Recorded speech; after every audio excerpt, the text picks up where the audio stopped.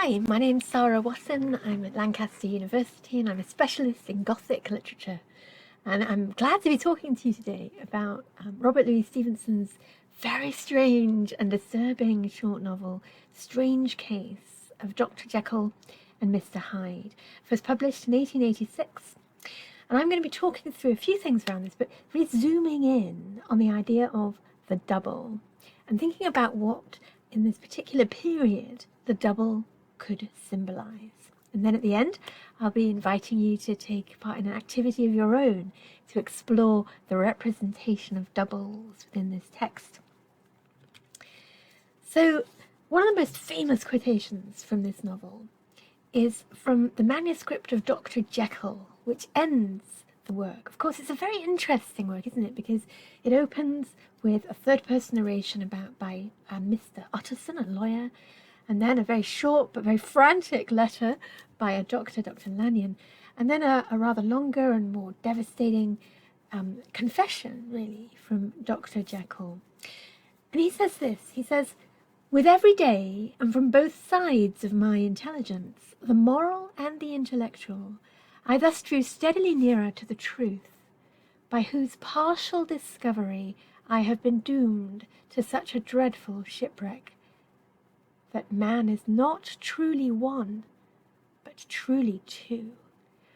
And this idea of the threatening double, a doubling which isn't just a doubling, but a devastating doubling, a shipwreck of a doubling, is one that is explored in many ways in the many adaptations and remakings that have occurred for this text over the decades since. And here are just a couple of images. But I think it's interesting, isn't it, when you look at these iconic images, the ways that these texts and films and audiobooks have been marketed is foregrounding the doubling of the text, that the idea that there's Dr. Jekyll, who is noble, stalwart, respected by everybody, and then Mr. Hyde, who is something far more threatening. Now, you know, when I'm asked what Gothic studies can bring to things, one of the things I tend to say is that if you really want to know a culture or know a particular moment, look at its monsters. Look at what it's afraid of. Look at what a culture is afraid of. That tells you a lot about what a culture values, what a culture aspires to, and what a culture fears and wants to avoid. And in this case, what doubling comes to mean in the novel is really quite specific to its historical moment. That said, nowadays we will still be using doubling to do important cultural things, and those are just as valid. But we need to recognize that they're probably different a little from what was happening at the end of the 19th century. There are probably similarities and continuities. But I'm going to talk now about the specific historical context that's helping people make sense of those doubling moments. It's worth noticing also that the novel itself actually slightly resists the whole two thing. Jekyll himself, after that very famous quote, there comes a passage that's less famous but also very interesting. He says, "I hazard the guess that man will be ultimately known for a mere polity of multifarious, incongruous, and independent denizens." So not in other words, not just two parts, two selves inhabiting someone, but many. And this idea is a really radical one, but it suggests that Stevenson was really opening a possibility here imaginatively in his work for there to be an even more complex annihilation and change. And of course there's another moment where Jekyll himself suggests he might have transformed in another direction towards an angelic, exalted, truly noble human in a kind of extra level. So it's not just as tidy as good and evil. There's other possibilities, and maybe a continuum of possibilities. But the novel doesn't really explore that. The novel mostly stays with the idea of the horrific double, because for Jekyll, that's what his experiment ends up making possible. So what can you do with a double? Well, doubles can be used symbolically to do all kinds of super exciting things depending on a particular culture and particular time. And I'm going to be singling out two ways in particular that they got used in at the end of that century in this particular text. And then, as I'm talking, I'm hoping you're going to be listening thinking, yeah, okay, I can see how that maybe connects with one of those passages in the novel when I was reading it. Okay, first most famous thing you can do with a double is use it to represent a kind of split mind or a split morality. This is the psychological approach. So this is conveying a sense of the fragility of human reason, the idea that in fact the ability of human beings to know and make sense of the world, and indeed of their own motives and purpose, is actually really not very good after all. During the Enlightenment, 100 years earlier or so, there was a real faith and optimism that human reason could make everything make sense. But in the closing years of the 19th century, there were many ways in which there were lots of attacks on that kind of confidence about knowing. There were new discoveries happening in things like science, physics, and indeed evolution, which we're going to be talking about in a minute, and all kinds of attacks really on even religious faith and belief. And the kinds of structures of the world were starting to get troubled in lots and lots and lots of ways. Indeed, art fiction had been exploring that idea for a long time. Edgar Allan Poe was writing earlier in the century in America, in fact, but in many ways his short stories predate and kind of explore the ideas that later get mooted in Freud, who was published his very influential Studies in Hysteria with Breuer in 1895 and the Interpretation of Dreams in 1900. So you can see that Jekyll and Hyde is happening right at the cusp of this new uncertainty about the mind. So what did Freud say? And Freud said a lot of things, but I wanted to share this one quote with you. Freud says, repressed desires are not dead in our sense of the word, but only like the shades or ghosts in the Odyssey, famous poem from the ancient world, which awoke to some sort of life as soon as they had tasted blood. So in other words, he's saying that if you repress or squash down a desire, so you're not even conscious of it anymore, you're not actually killing that desire or stifling it. It turns into something undead, something that will come back and haunt you, maybe bite you in some way. It becomes a monster. So that idea of repression as super dangerous, and as repressed desires having a kind of agency in life and will of their own, they are hungry, right? This is a very, very threatening idea. And it's very much the vision of the psyche which we're seeing presented in Stevenson's novel before Freud writes this. And there's lots and lots of ways in which this novel responds really well to this kind of analysis, and looking at indeed it's exactly what Jekyll himself explains is going on, that he wants certain kinds of things. We don't really know what they are, do we? We don't really know what it is that Jekyll does initially. We know that they're not that bad, the things he gets up to, until after a while Hyde starts getting worse and more violent and murderous. There's been a lot written and guessed about those nameless desires, and there's quite a good case to be made that it's possibly the kinds of sexuality that were illegal at this time. And there are hints that this is an undignified desire. It's a desire that's something that's looked down on by his particular culture and society. So there certainly could be a kind of possible homophobia there, or there could be some other desire, perhaps, other kinds of perhaps sexual desire, or other kinds of indulgence and depravity, possibly gambling or other kinds of things, violence, drug taking, laudanum, sexuality is quite likely because of the way that dignity is so emphasized throughout the piece. But we don't know. We do not know. That's the important thing. They are literally unspeakable in this text. And they are so hard for Jekyll to even admit he has, that in his confession he doesn't confess to those. It's really striking, isn't it? His confession, he confesses to terrible things. He confesses to murder when he's in the form of Hyde.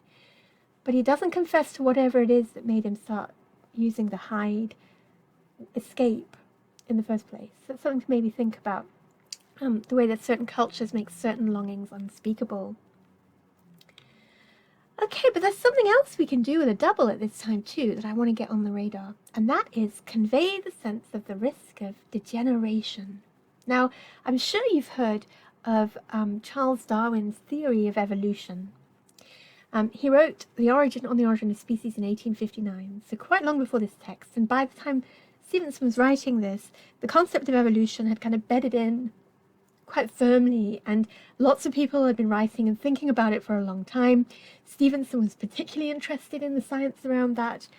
But what had kind of happened is that people had gone from initially seeing, there was a kind of slight misunderstanding, to be honest, of Darwin as describing a kind of ladder, a straightforward ladder, evolutionary ladder that's quite a kind of seamless progression from some kind of shared ape ancestor up to Homo sapiens, and kind of quite tidy. There's something very much tidy about evolution, really, as Darwin explains it. But that was the idea that had kind of entered popular parlance. It's quite a neat progress. But the thing was, because the end of the 19th century was such an anxious time in so many ways, people were increasingly starting to think, well, okay, if there's a ladder, evolutionarily we can go up it, maybe become stronger, taller, more fit, whatever. Maybe we can go down as well. Maybe there are things that can make us deteriorate physically, maybe even morally, intellectually. And this is something that was getting explored quite a bit around the same time. Max Nordau's Degeneration is one of the texts that did this, and he was fearful that perhaps cities, for example, might have swamp-like conditions, unquote, which made people degenerate and become more ape-like. And there were also theories, as you can see in this cartoon from the magazine Punch, there were theories that actually morality and ethics could actually shape how you look. And here you've got an example of a boy who starts looking one way, and then depending on his path, he ends up looking a different way. And there's definitely a kind of playing, it's a joke, right? It's a joke, but it's also, and it's critiquing the members of parliament at the bottom, particularly. Punch was a comic magazine, but it's also conveying something interesting about the idea of evolution and the possibility of degeneration. And this matters for the novel because many, many times when Hyde is described, he's described in terms which for people at the time would be evoking evolutionary thinking and would be evoking the idea of degeneration because of lapse morals. So he starts looking kind of simultaneously more muscular and yet somehow more kind of flimsy. He has, we can emphasis on a kind of hairy hands and kind of corded hands. And there's also very problematically an idea that his skin becomes more swarthy or dark. And there was absolutely colossal racism in a lot of the writing about degeneration that was emerging at the time. And Lombroso was another writer, and he produced a kind of criminal anthropology where he argued you could identify whether someone was a criminal by looking at their skin and hands and things. And it very much was biased against anyone who wasn't Caucasian white. So there's all kinds of ways. These are very problematic discourses at the period. Okay, there's another thing, though, I feel I have to ethically share with you. And doubles don't just necessarily talk about an individual's psychology or a culture's fear of decline. Doubling can also do other things. And particularly at the end of the 19th century, it could convey class divides.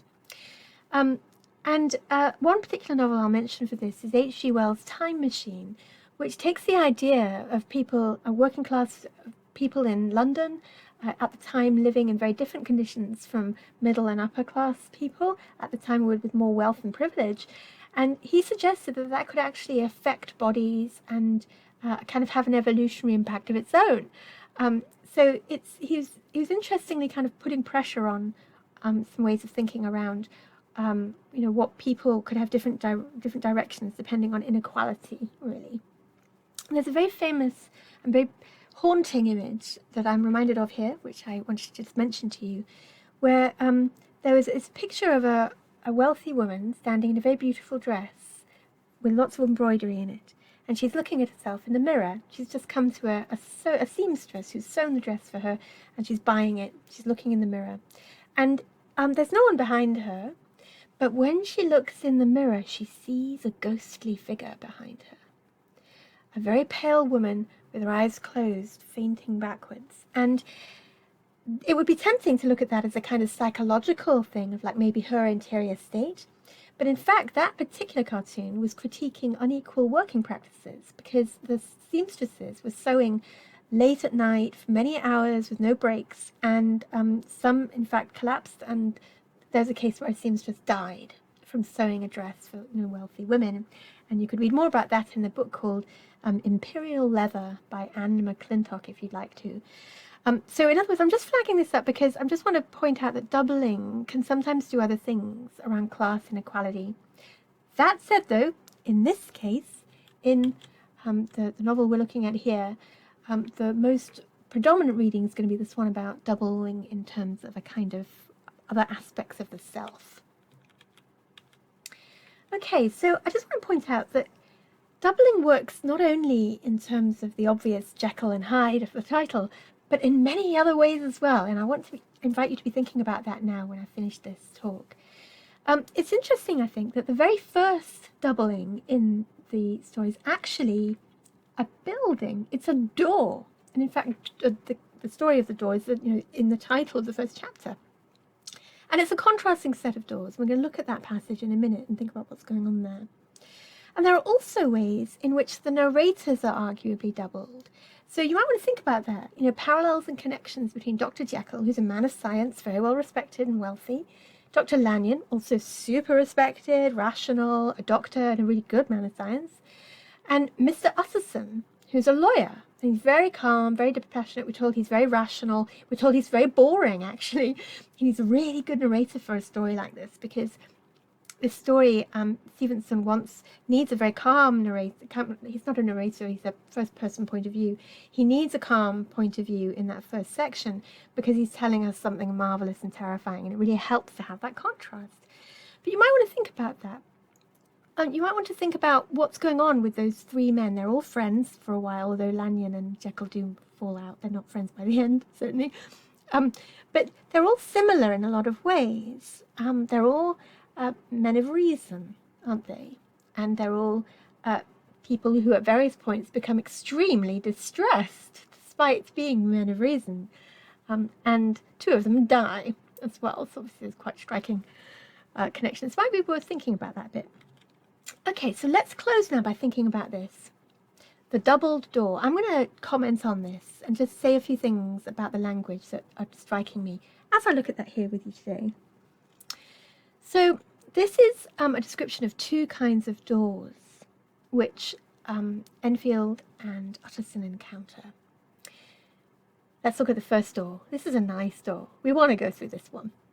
The street shone out in contrast to its dingy neighbourhood like a fire in the forest, and with its freshly painted shutters, well-polished brasses, and general cleanliness and gaiety of note, instantly caught and pleased the eye of the passenger being the one passing by. This is a great door, obviously. I'm going to comment in a minute on the bits I've made bold. But there's another door too. Two doors from one corner, on the left hand going east. The line was broken by the entry of a court, and just at that point a certain sinister block of building thrust forward its gable on the street. It was 2 stories high, showed no window, nothing but a door on the lowest story and a blind forehead of discoloured wall on the upper, and bore in every feature the marks of prolonged and sordid negligence. The door, which was equipped with neither bell nor knocker, was blistered and disdained. Tramps slouched into the recess and struck matches on the panels. Children kept shop on the steps, and the schoolboy had tried his knife on the mouldings, and for close on a generation no one had appeared to drive away these random visitors, or to repair their ravages. Okay, so a couple of things I'm going to comment on. The first one is there's personification going on here. It's subtle, but it's present, and it's terribly important. Remember, it's the first case of doubling in the whole book. I didn't bold it, sorry about that. But look at the comment about a blind forehead, okay, and then bore in every feature, being facial features. Okay, so that's something there that's happening. So these are already, there's a sense of kind of life about this. But even before we get to that bit, we have a sense there's some life and agency happening in these doors. And we get it from the verbs. Top secret, I recommend to anyone doing any textual analysis. Start with the verbs and see what they give you. Because a lot of the time a text is doing really exciting things with the verbs it chooses. Here we've got the street doing all kinds of things. We've got the street shining. The street shone out. This isn't just the person looks at the street. The person notices it shining. We've got the emphasis. The street is shining. It's like it's shining all on its own. And it's got a really beautiful kind of energy. Okay, we've got freshly painted, well polished, and cleanliness and gaiety. These are terrific words, right? It's a semantic field or a lexical field of joy and good maintenance and propriety. So a semantic field or a lexical field being a cluster of words that have a particular kind of theme. And the street and the beautiful shutters and things is catching and pleasing the eye of the passenger. So there's a lot of agency here. But then we have this other more threatening entrance into the home. We don't realize initially they're linked to the same house, but they are in fact, it's linked to, they're both parts of Dr. Jekyll's home. So this house also has agency, but it's not an agency we enjoy. The building thrust forward its gables, so it's kind of got an energy and it's sinister. There are marks on this feature of this kind of anthropomorphized, personified building of sordid negligence. I mean, that's a moral term. It's kind of implying disgusting and kind of self-indulgent and terrible. The door was equipped with neither bell nor knocker, so you can't easily get into it from this side. Okay, that's another interesting question. Was blistered and disdained, so there's damage. It's damage to the form. And then tramps, which is a slur, a pejorative insult, which we no longer would use about people who might be in a homeless situation. And children are kind of using these spaces. And it's important to notice that parallelism of the final sentence, that semicolons are separating several clauses right within that sentence that are kind of listing up a heaped list of ways in which people are disregarding this place. They're not caring for it. They're harming it. It's not a place that is maintained or decent or clean or any of those things. And also, it's been like this for a long time, because we're told it's for a generation. I mean, that's a long time. That's 30 years or so. So obviously, the story doesn't tell us, it doesn't give us specific years in which certain kinds of experiments occurred, but what we do get is that there's been a long for all of Jekyll's life, he has lived with this sense of doubleness in himself, even before he started inventing this experimental drug. This doubleness has been long with him, and it's been painful to him. So here's an activity for you now as I finish up. Choose a sentence or a paragraph which describes Mr. Hyde, and then explore how Stevenson imbues that description with menace. How does he make Hyde scary, revolting, and disturbing? A lot of the time, Stevenson's doing that by not quite describing him. He gives us hints, but invariably the describer will also say something like, he's very hard to describe. So think about this. Think about how Stevenson creates that sense in us as a reader of his dread. Also think, how does he establish a sense of contrast with Dr. Jekyll, who's also described very often during the piece by different people? So think about that. How about those contrasts? And think about the techniques altogether through which Stevenson makes that doubling come alive. And it's been a pleasure to talk to you today about some of the meanings that doubling can accrete in the writing of the time. So I'm Sarah Watson from Lancaster. Thank you for your time.